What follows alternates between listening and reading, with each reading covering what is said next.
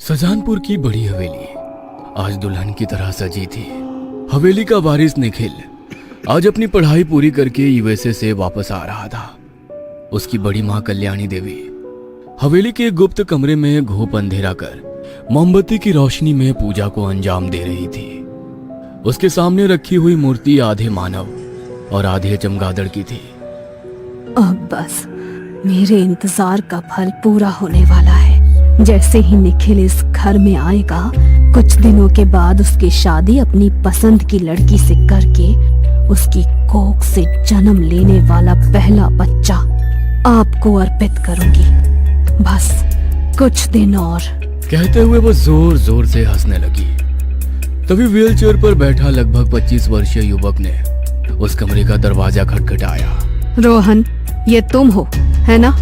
तुम्हें पता है ना, हमारी पूजा के बीच हमें विघ्न पसंद नहीं है। क्यों आए हो?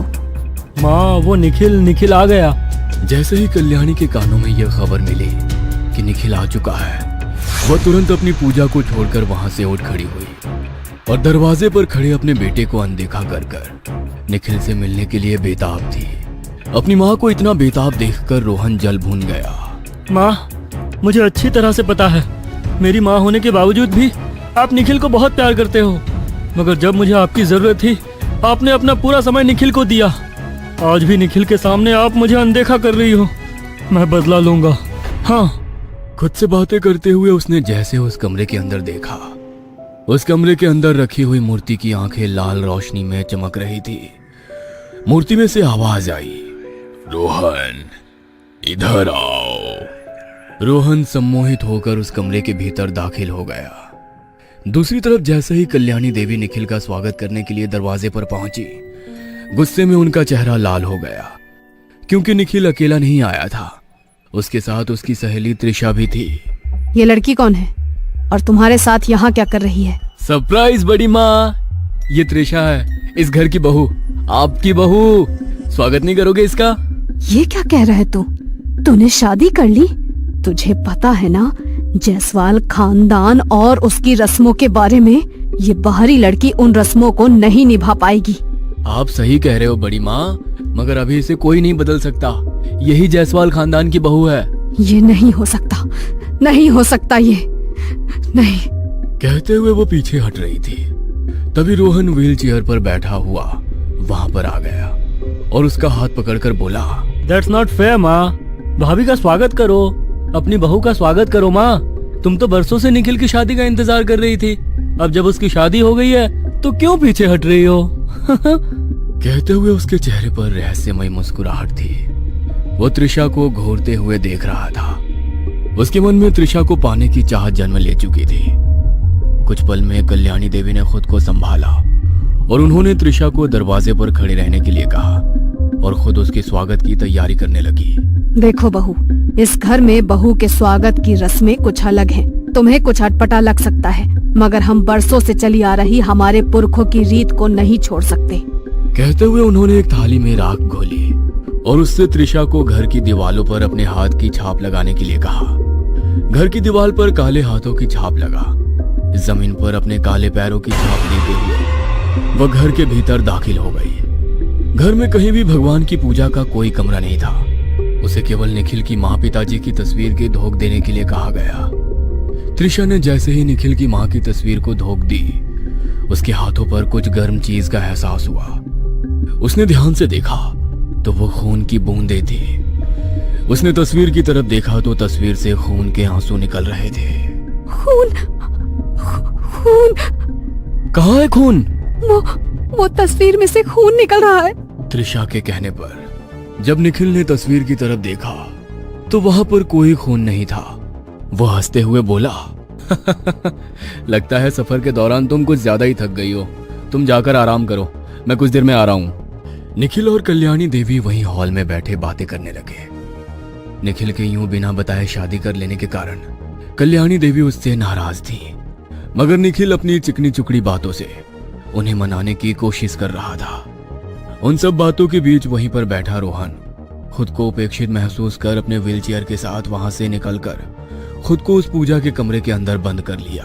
अब बहुत हुआ माँ, जैसे तुमने छोटी माँ को अपने रास्ते से हटाया था, अब मैं तुम्हें और निखिल को अपने रास्ते से हटाकर हमेशा के लिए त्रिशा भाभी नहीं त्रिशा को अपना बना लूंगा। कहते हुए उसने वहां पर रखे हुए अपनी माँ के काले कपड़े पहने और पूरे शरीर पर भस्म लगाकर पूजा शुरू कर दी। दूसरी तरफ कमरे में अकेली बैठी हुई त्रिशा निखिल का इंतजार करते हुए वहीं पर सो गई। अगली सुबह जब उसकी नींद खुली तो उसकी आंखों के आगे कल्याणी देवी खड़ी थी। सुबह के 7 बज चुके हैं। घर के सारे नौकर अपने अपने कामों में लगे हुए हैं और आप अब तक सो रही हैं। उठिए, जायसवाल खानदान की बहुएं इतनी देर तक नहीं सोती हैं। समझी? आपने भले ही हमें बिना बताए शादी कर ली, मगर घर के बड़े होने के नाते कुछ रस्मों को पूरा कराना हमारा फर्ज है। तैयार होकर आइए, नीचे आपका इंतजार हो रहा है। दूसरी तरफ रोहन अभी भी उस पूजा के कमरे में था। उसके हाथ में 2 गुड़ियां थी जिनके ऊपर वो तंत्र क्रिया कर रहा था। इधर त्रिशा जब नई नवेली दुल्हन की तरह सज धज कर जब नीचे पहुंची तो उसे देखकर कल्याणी देवी नाराज होकर बोली, बहू, कितनी देर लगा दी तुमने तैयार होने में? यहाँ पर सब लोग तुम्हारा इंतजार कर रहे थे। कल्याणी के कहने पर त्रिशा ने जब उन लोगों को गौर से देखा तो सारी औरतें घूंघट में थी और उसके आते अजीब तरह से रोने लगी, मानो शादी की रस्में नहीं बल्कि किसी के मरने का मातम मना रही हो। सभी त्रिशा को बीच में बैठाकर उसके आसपास घूमने लगी। वह कुछ मंत्र पढ़ते हुए उसके ऊपर पानी की छींटे डाल रही थी।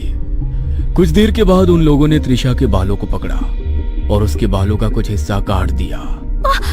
ये क्या? आप लोगों ने मेरे बाल क्यों तोड़े? जो हो रहा है उसे होने दो, खामोश रहो।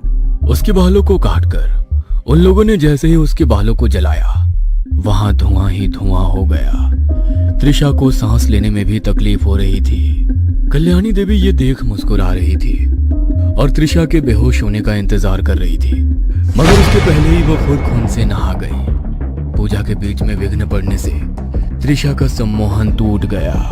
दीदी, क्या हुआ ये? कल्याणी को भी समझ में नहीं आया कि ये क्या हुआ।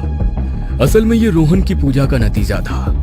रोहन के हाथ में जो गुड़िया थी उसने उसे खून से स्नान कराया था। रोहन उस पूजा के कमरे में अपनी पूजा पूरी होने पर हंस रहा था। वहीं कल्याणी देवी और उसके साथियों के चेहरे पर हवाइयां उड़ी हुई थी। कहीं कोई आप पर भी तो?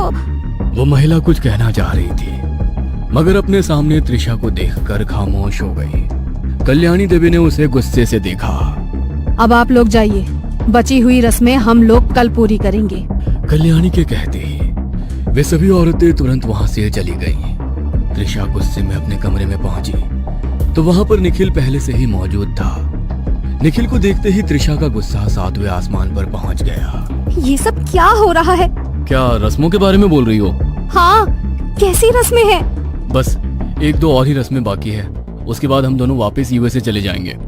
दूसरी तरफ कल्याणी देवी अपने कमरे में नहाने धोने के बाद तुरंत अपनी पूजा के कमरे में पहुंची तो वो कमरा पूरी तरह से फैला हुआ था। हमारे पीछे हमारे कमरे में कौन आया? एक तरफ तो ना जाने किस लड़की को लाकर हमारे सर पर बैठा दिया, ऊपर से हमारा ही कोई हमारे खिलाफ साजिश रच रहा है। मगर कौन? इस कमरे के बारे में रोहन और हमारे कुछ खास लोगों के अलावा किसी को नहीं पता। कौन हो सकता है जो हमारी पीठ में छुरा घोंप रहा है?